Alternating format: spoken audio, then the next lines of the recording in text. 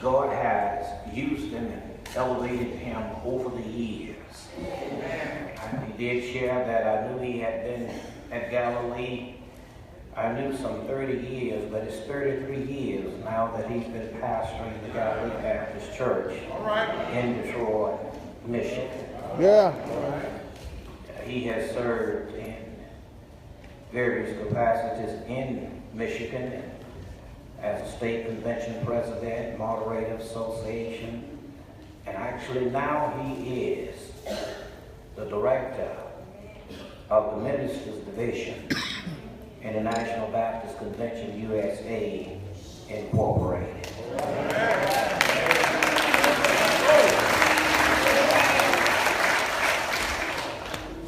Preaching coast to coast and out of the country, in the country.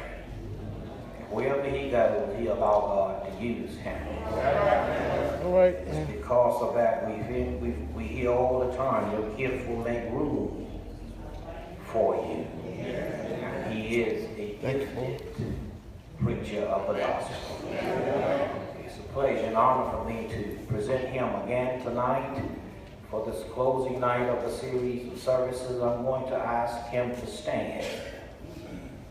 And I need you to elevate your hand and call his name, Dr. Chapman. Dr. Chapman. Preach the word. Preach the word. Let the Holy Spirit. Let the Holy Spirit Have the right of way. have the right of your way. After the angel hymn of Amazing Grace, the next voice we'll hear with that of our speaker for the hour. Would you stand with us?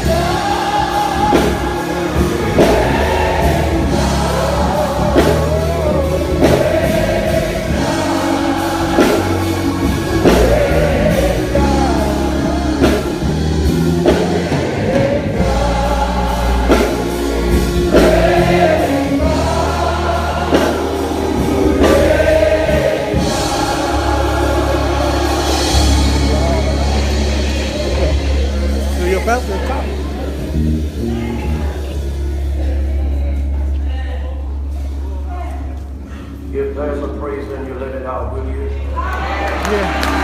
Yeah.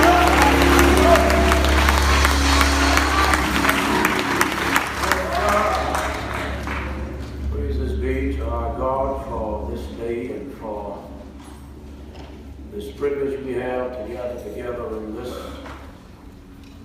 sacred space to celebrate Him for who He is. Yeah. For all that He has done and does. And we can praise Him in advance Yeah. for what He's getting ready to do. Honored pastor, friend, and bosom brother, Dr. Lewis, Yeah. and all of these preachers and pastors Amen. here tonight, Sister Lewis, the leadership and laity of Mount Olive Church family, those who gather tonight as guests. All right, boy. So many familiar faces I see, and I see too many to call, but I see you here. And I thank God for your presence tonight. I began calling names first night, cities the second night. I looked like I had to go county tonight. Lauderdale County, Choctaw County, Jones County, Hines County, Clark County. Did I miss any? Newton County. I've got to ask my kinfolk to stand there here tonight. All of you, all wherever you are, just stand up so they'll know who to avoid when they want to talk about this.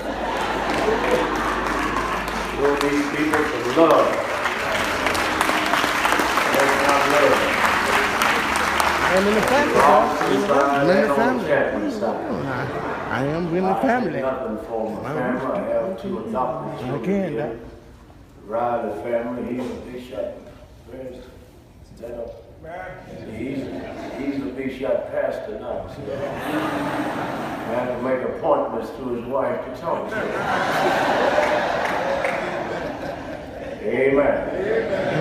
It's been an honor. It has been a joy to have had the privilege of sharing with you in this series of revival services. I am grateful for your tangible expressions of love. And those who prepared food, thank you for this scrumptious culinary delight. And Sister Jordan, I don't know where she is. She's pinning flowers on us each night. Where is she? And there she is. Now, if you had a smile like that, you would light up the world. Amen. And the attendants who waited on me each evening at the door, remotely, we thank God for. And I'm saying this now just in case it slips my mind when it's time to go. And I know some of y'all are just itching to get on up to Philadelphia. I know. All right, Robert. You're doing real good, Robert. You're doing real good, Robert. Get on up there. I see some sweet, sweet faces, people I pastored over 30 years ago and who remains dear to my heart. At Little Hope Baptist Church in Tumsupa and Mount Pisgah Baptist Church, Jenkins, Alabama. I had a chance to go and visit some of those people this week. Many I haven't seen in over 30 years. And I thank God for the privilege of being able to go to the church sites and sit at my feet.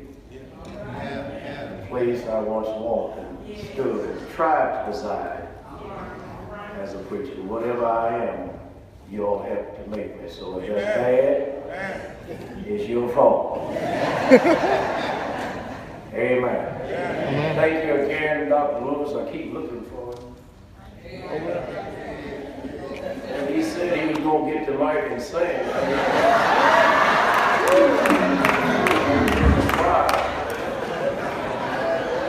I didn't know he was that dexterous, both talented. thank God, Dr. Lewis. Thank you for inviting me to come back. And thank you, Mount Olive and Meridian and all of these other counties. People with whom I've shared since I was a boy preacher. Not that I'm old and that, but it has been good to be with you. And I hope that this revival, Brown, give me a little more if you can. I hope that this revival lives on in your heads and in your hearts for days, weeks, months, and even years to come. Yeah. Amen. And then Rev.Tellis is here tonight. This young brother pastored the Mount Episcopal Baptist Church, where I pastored over 30 years ago. And I thank God for his presence tonight. He's carried on. And I want to say to any of these young preachers, and that sounds almost like an oxymoron, so you will have a better, Yes, sir. bearable journey. Yes, sir. Yes, sir.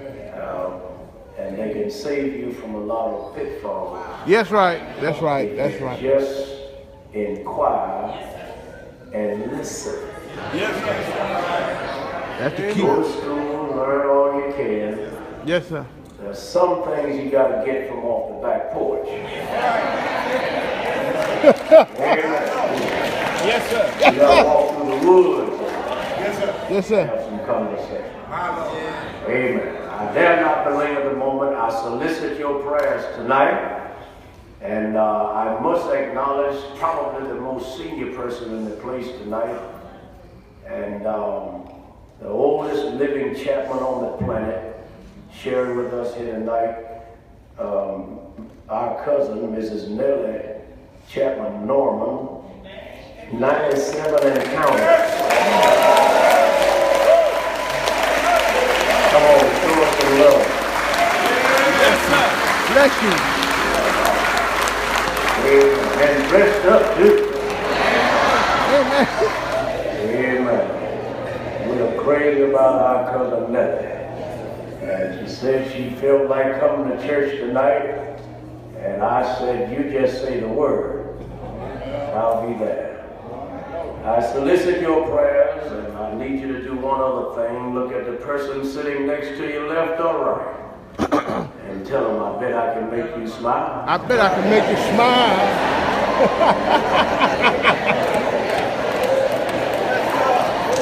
Did you get them? Got it, Reverend. If they didn't smile, you might want to move from that section. Give God some praise in this.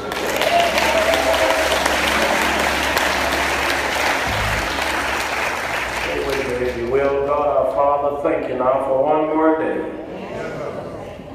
Thank you for sparing our lives. Thank you for preventing us from danger, destruction, and death. Thank you for allowing us to again come to this hallowed spot. Forgive us for our faults and our failures. Please accept our prayers and our praise, our celebration and our service. I pray now, O God, that you would breathe upon us afresh your spirit. We are not here for show. Bless you, Reverend. We gather for kingdom call. And we need to hear from heaven. Speak, Lord, in this place. Your people are listening. Grant it for your glory and our good. We're already praising you for it. This is our prayer. We pray in the strong and saving, mighty, marvelous, matchless, and majestic, powerful, perfect, pure, prominent, and prodigious, awesome, abiding, availing, avenging, and all right name of Jesus. The people of God said amen. Amen. If you have your Bibles, come with me to the 14th chapter of the book of our Lord's Gospel as recorded by Matthew. I want to acknowledge the presence of President Jones, President of East Mississippi Baptist State Convention, sharing with us here tonight. Show the President some love, will you? Amen. Amen. All of these others here, Dr. Brown, former President. Amen. State Convention, thank you for being here tonight. Now, I've tried to the multitude away that they may go into the villages and buy themselves victuals. Jesus said unto them, they need not depart, give ye them to eat. And they say unto him, we have here but 5 loaves and 2 fishes. Yeah. He said, bring them hither to me. And he commanded the multitude to sit down on the grass, and took the 5 loaves and the 2 fishes, and looking up to heaven, he blessed and brake, and gave the loaves to his disciples, and the disciples to the multitude. And they did all eat, and were filled. And they took up of the fragments that remained 12 baskets full. That's good enough. Turn to the person closest to you, left or right. Shake a hand if you're not anti-social. Tell them these words, neighbor. Neighbor. Look at me now. Look at me now. Give God some praise for what he's getting ready to do. Look at me now, Will. I'm going to preach, man. A noted lyricist put pen to parchment and composed these lovely and laudable Lord-like lyrics. I've had some good days. And I've had some hills to climb. I've had some weary days. And some lonely nights. But whenever I look around and think things over, Yeah, man. my good days Outweigh. Chat. outweigh my bad days, Yeah. and I won't complain. Talk. It is because, beloved, for everything that you can complain about, God has already given you something to be grateful for.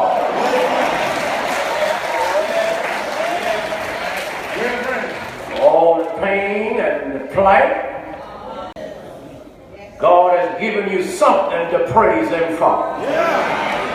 All of your hurt, your heartbreak, and your hardship, He has left you with some hallelujah. All of your stress, your struggle, your strife, and your strain, He has still left you with a shout to bring to the sanctuary on Sunday morning. Everything you can complain about, God has already given you something to be grateful for. The writer said, God has been good to me. Yeah. More than this world could ever be. More than these weary eyes could ever see. God has been good to me. And I won't complain. And beloved, though paradoxical as it may sound and seem, sometimes that goodness comes. It may make you cry in the process, but you go clap your hands when it's over. You're going to shed some tears in the process, but you'll have a testimony when it's over. It'll cause you pain in the process, but you're going to praise Him for it when it's all over. And I trust tonight that I have some grateful people in the house who thought that God was too hard on you. But when you digress your personal course of history and look back on it, you see that what looked like it was hard, now you're shouting hallelujah about it. And for those who said when they saw you in the shape that they saw you, it was all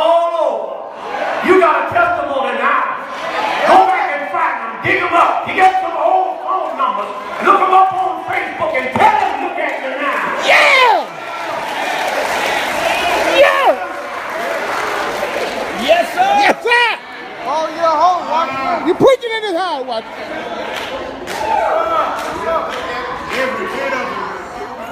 What intrigues me, Dr. Brown, is not just that God blesses.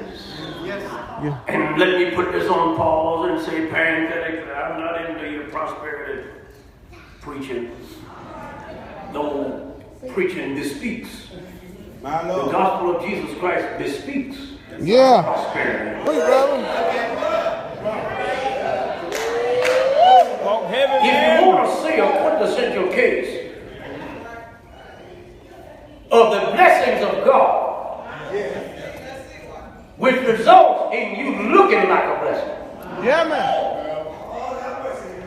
I want to share with you some intrinsics from this passage, because what intrigues me is not that the Lord blesses, but how. Talk. And he does it, Rev.Tellis, through illogical, insane, preposterous, absurd Well, processes. And it will never make sense to you. When he does what he does, how he does, what he does, when he does what he does, for whomever he does it. He adds by subtracting, he multiplies by dividing, he kills by taking, raises you up by pulling you down. And if you really want to see the result of a blessing that makes others look, and seeing a new look is not in just that he blesses, but how he does it. And if you want to see how he does it, Janelle, you got to look at what Jesus has in his hand. There's a group of people who, having followed Jesus for some time, had a lunch when they first came to service to hear the sermonic expressions of preaching and teachings of Jesus, but they ran out. And having run out, Jesus desired to feed them before they left the service to make their way home. And no one had the wherewithal to sustain themselves on their way back home but a little boy with a lunch. Jesus, having requested it, did something with it, which tells you and me that when he's done doing with you what he does with you, he makes you look like a blessing.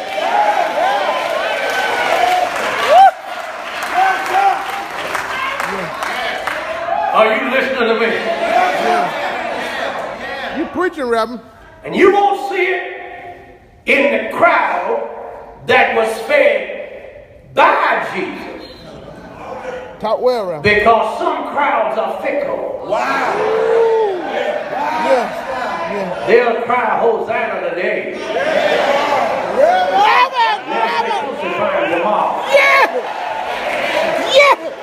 You won't see it in the duplicitous disposition of the disciples. In that they followed Jesus for some 3.5 years and didn't catch on until 40 days after he left. That's good. If you really want to see how the Lord makes you a blessing, you got to look at what he's got in his hand.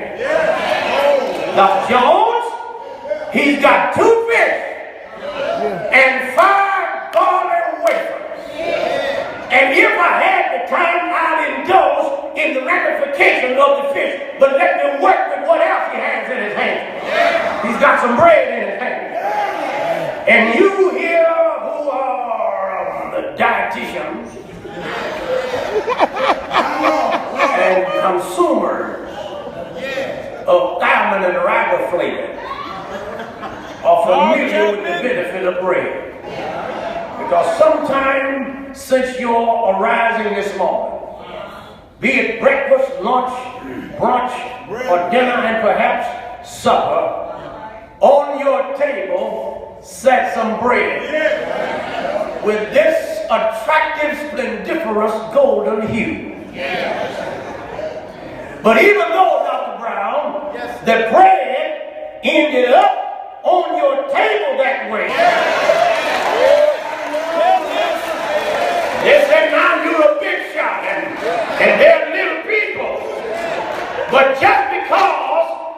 look like what you look like since you've gotten where you are. The problem with the commentator and the beholder is that they didn't see the journey you had to take in order to get there.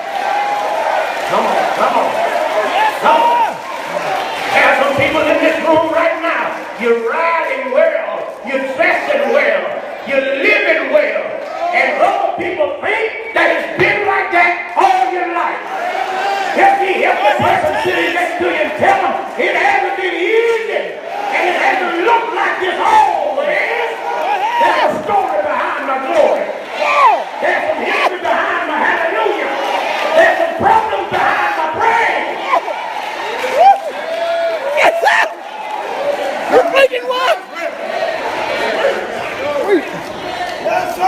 Yes, sir! Yes, sir! Breathe, man! The bread had to make a journey. And it was a journey just like that when I was much more of a boy, observed how biscuits and cornbread made it. When Mama said, y'all come and eat, and when we sat down, there was some homemade biscuits, breakfast, lumped just right, Reverend Clark with a golden hue on it. Now she called it brown. And when it was time to make cornbread, she get some meal, a little pinch of flour, a little pinch of sugar, get some eggs, and put it all in a bowl and get a little buttermilk. Chapman, you just had a flashback. Take a whisk and just whisk it around and make batter.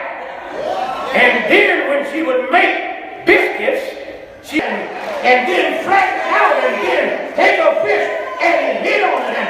And if it didn't look right, she'd add some more milk and add a little more meal and add a little more flour, and she'd just roll it and squeeze it and pack it and lay it out and hit on it some more.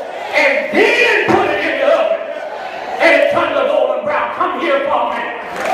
When the Lord makes a blessing out of you, it won't be in the best of condition.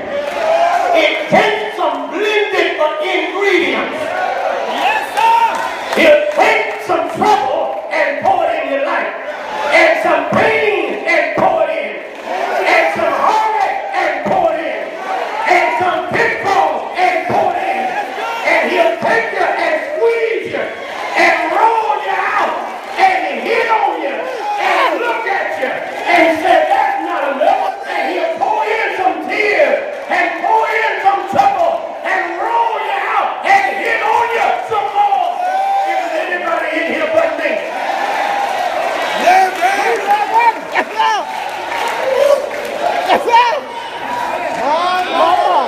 Can I tell you what makes a man a real man? Can I tell you what makes a real child of God out of you? It's not the easiest of times and flying beds of ease. It's trouble. You didn't feel me, did you? You want to know what makes a person in the choir who leads a song really sing it like they wrote it? Struggle. You want to know what makes a preacher who becomes a real preacher preach with power? I'll tell you how. Pain. Isn't anybody in here with me? You want to know what makes a child of God a real child of God? Setbacks.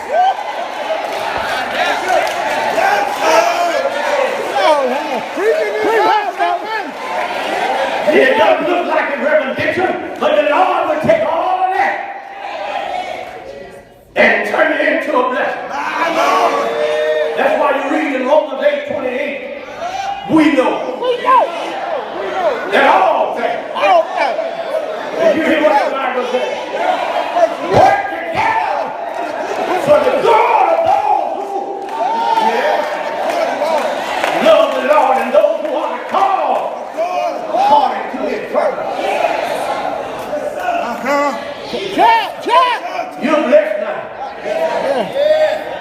it took a whole lot. A whole lot. To get you where you are. Now you have some who don't have much sense of theology, who have the egregious gall to say to others in testimony, I don't look like what I've been through. Yes, I do.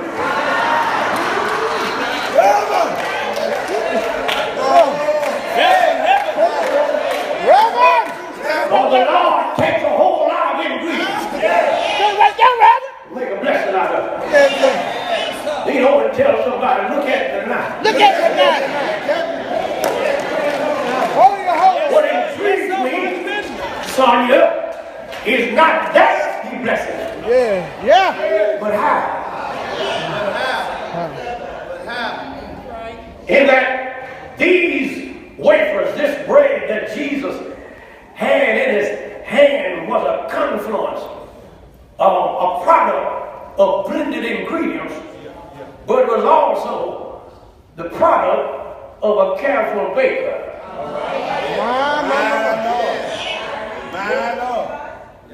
The bread did not just come ready-made. It had to be made. And having been made up as dough, it had to be cooked. Let the church say, baked.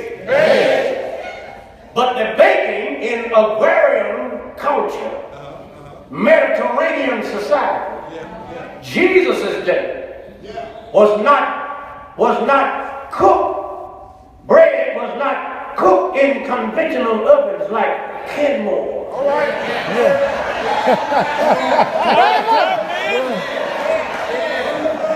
And sunbeam. Actually, bread was cooked on hot stones in recesses in the ground. You're right. And when the batter was made, they would lay the batter on the hot stone. And the bread would cook on the stone. You want to see a blessing? I'll show you what a real testimony looks like. It looks like a person who has had to come from the bottom. I don't want this side to lose over here, but I'm going to come back. Let me try this side over here. I said the cakes were baked in recesses, holes in the ground, as it rested on hot coals. But by the time the bread came out of the hole, the bread was ready for consumption. Now, if you're wondering why you're still in a precarious condition and your prayer hasn't been answered yet, it's because God knows you're not done yet. See, you're still not speaking to anybody, you're not done yet. You're still not praising him for what he's already done, so you're not done yet. So he's got to leave you there and let you cook some more. That's good. Talk to me, somebody. And if you want to see a real testimony, listen to the testimony of somebody who's had to spend life on the bottom. On the bottom. This is our problem, which starts colored conservative agenda individuals who give governance to this nation with a race-baited disposition. And then have Billy Bob and Bubba pack out the polls and put them in the White House. While T-Bone and Junior and them thought it wasn't any reason to go to the polls and vote.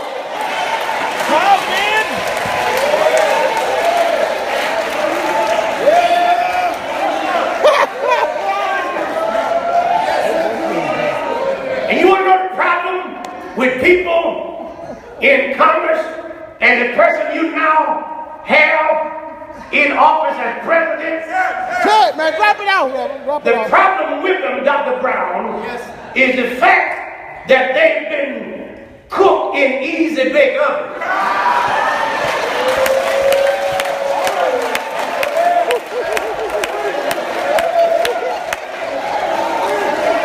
Yes, sir. They can't identify with people in trouble. They've never been in trouble. They can't identify with poor people because they've never been poor. Is there anybody in here but me? I don't need anybody who's been produced in an easy bake oven. Give me somebody who's been on the bottom. That's the reason you see people praising God the way they're praising Him in this house tonight. They know how it feels to come from the bottom. Preach, man. Preach.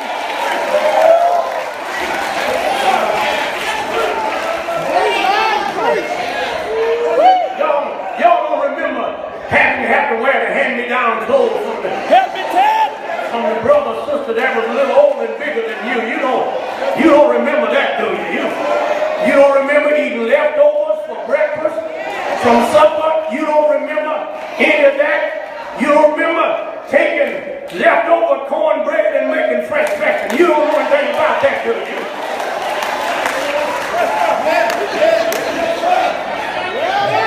A little bit before my time, Reverend. I know I got to go home. Take your time. Take your time. This is going to bless your heart, Sister Lewis. Yes.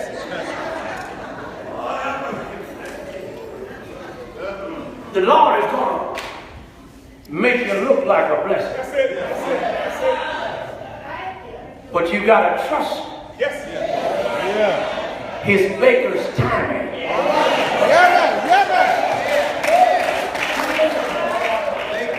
God can move quicker, in the words of the late Dr. Caesar off the Walter Clark, God can move quicker than right now. God can move sooner than at once. Matter of fact, the Greeks have what they call the chirotic expression, in that God can be where He is on His way to wherever He's going, and by the time He gets to where He's going, He's already arrived before He gets there. And He bumps into Himself while He's in transition, because there is nowhere where there is a where God is not. But there are times when He's making a blessing out of those whom He wants to present as a blessing, so that others may see a blessing when they're looking at a blessing.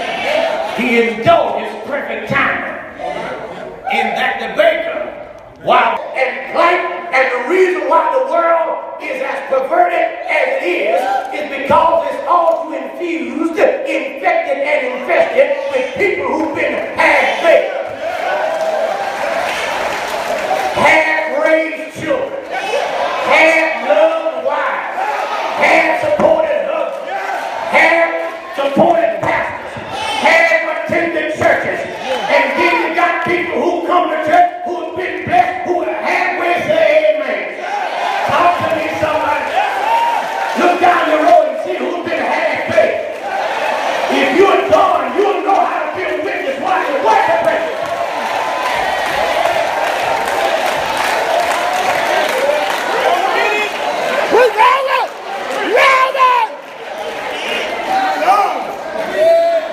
Anybody want to shout with me for about 2 minutes?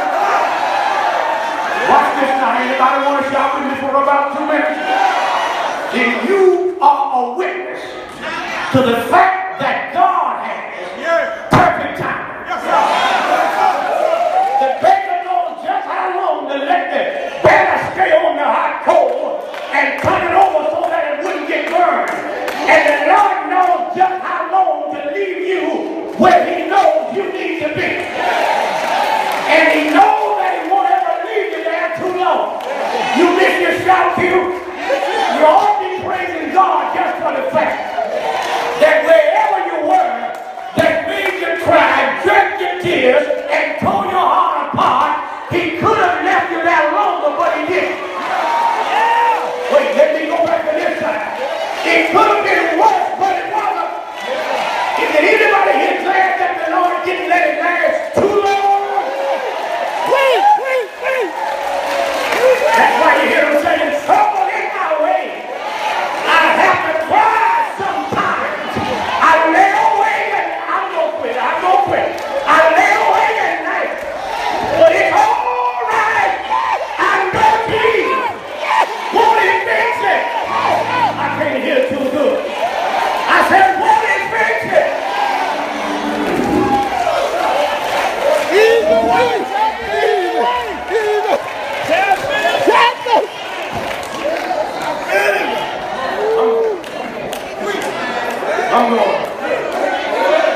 I want you to see what Jesus has in his hand. Because that he has in his hands, Dr. Dixon, is a fixed facsimile of what may look like your fate. Wow. But in all actuality, it's your fortune.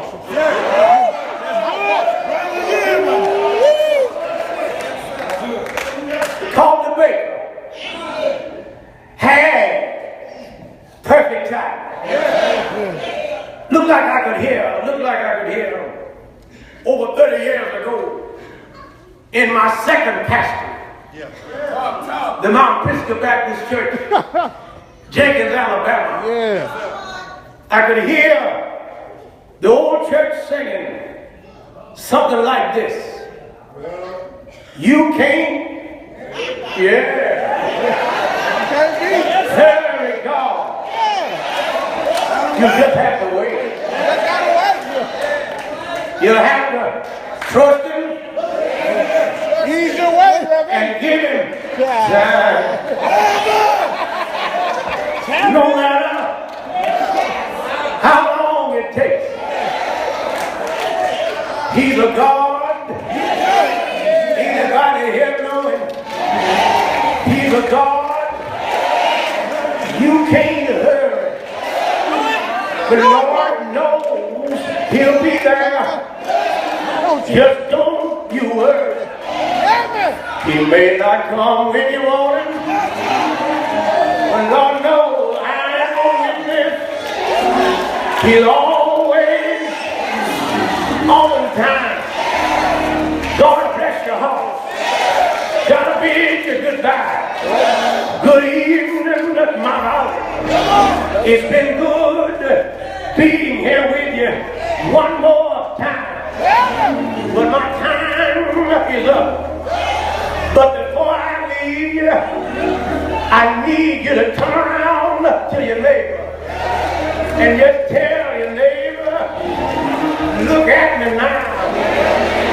You don't know the journey I've had. You don't know the pain I've had to come through to get my goal of you.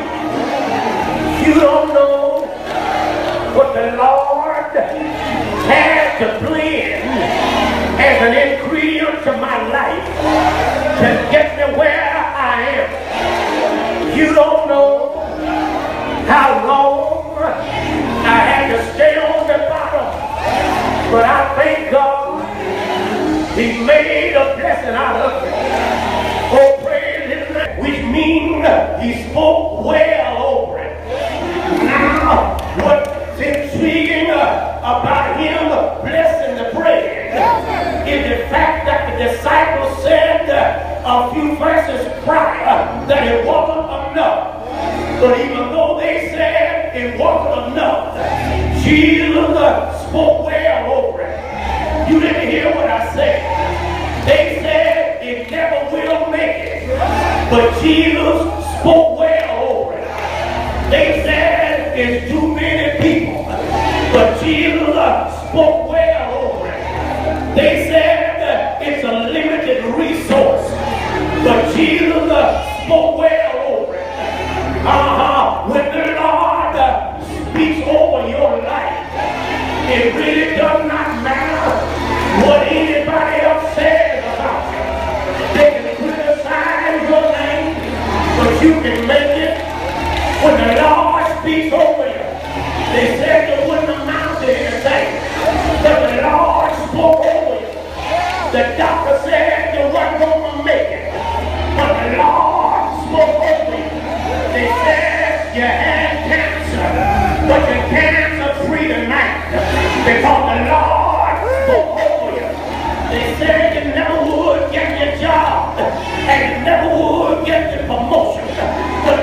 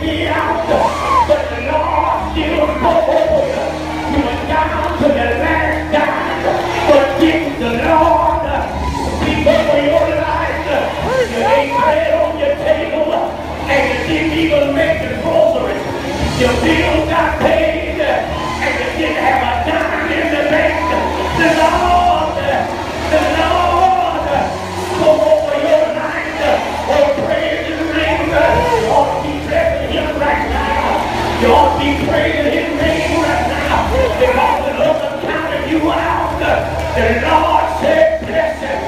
The death slept around your bed last night. They said you ought not live. But the Lord spoke over your life. Watched over you all night long. And woke you up right early. Brought you home all the day. And brought you to the house of prayer tonight. I need about 4 witnesses. I'll make 5 who won't mind shouting out. I know I'm blessed. And I'm blessed because the Lord spoke over my life. If you know you were blessed, go ahead and shout like it. If you know you were blessed, go ahead and praise Him like it. If you know you were blessed, go ahead and run like it. If you know you were blessed, go ahead and dance like it. I need you when I tell you I thank God for the blessing of praise His name. I tell you what He did. He took the cross. He took the bread, but Matthew said, and then He broke it. I need you to tell your neighbor, sometimes before you get your blessing, the Lord gotta praise you. Oh, praise His name. He broke the bread. Oh, bless the Lord. But even though He broke the bread was still in His hand. I'm out of here tonight. Shake somebody's hand and tell your neighbor that God had to break me. But even though I've been broken, I'm still in His hand. If you're glad tonight that you're still in the Lord's hand, go ahead and praise His name. I've been up and I've been down, but I'm still in His hand. I had burn on the bear, but I'm still in His hand. I had to shed tears, but thank God I'm still in His hand. Same hand that made the world go round. Same hand that put the sun, moon, and stars and hung them in the heavens. Same hand that scooped out the ocean and sent the Galilee mountains. If you know you're still in His hand, go on home tonight. Lay down in your bed, pull the cover up over your head, and go on to sleep because you're still in the Lord's hand. If you know you're in His hand, go ahead and give Him glory. I feel when I tell you, I don't feel no way tired. I've come too far where I started from. Nobody told me the road would be easy, but I don't believe.